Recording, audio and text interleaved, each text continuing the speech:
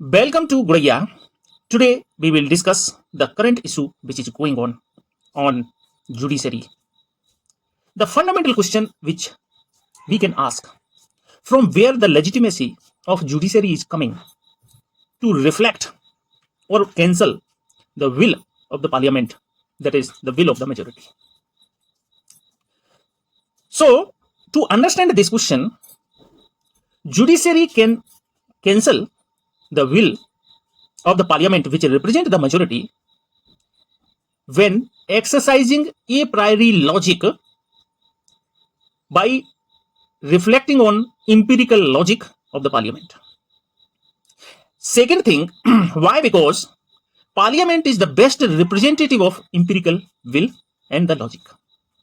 If judiciary also represent the will of the empirical logic of the society, let's say the minority, then it is like having two parliaments.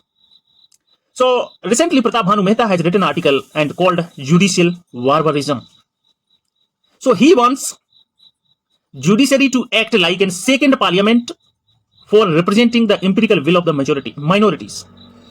And for liberals, judiciary should act to represent the will of the scanty minorities for their absurd rights.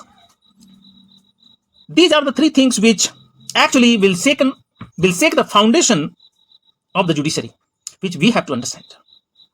The legitimacy of the judiciary is not rooted in exercise of logic, empirical logic, and reflecting on the will of the parliament.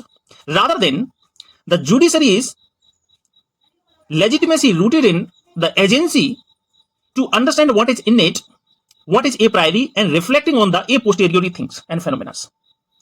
So this is where the crux of the legitimacy of judiciary, where it's a legitimacy, absolute legitimacy and arbitrariness rooted in. Otherwise, there is no logic to have a judiciary. If judiciary is exercising empirical logic, there is no logic. Simply, there is no logic to have judiciary if judiciary is exercising empirical logic. Why do we need to have another parliament? This is a fundamental question which we have to understand. Judiciary has to exercise a priori logic on a posteriori phenomena, and what is given, that is universal and applicable to all the sections of the society, whether majority or minorities. Judiciary can neither it can act as a second parliament for protection of the minorities' right, nor it can exercise the empirical logic on fundamental things and cancel the will of the parliament. When the question of the universal morality and logic comes, then only the fundamental issue of the judiciary has to be raised. And judiciary globally has violated this principle. I'm not talking about Indian judiciary, globally.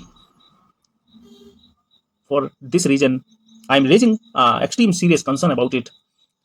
Please follow Guraya if you want to have discussion. Thank you very much.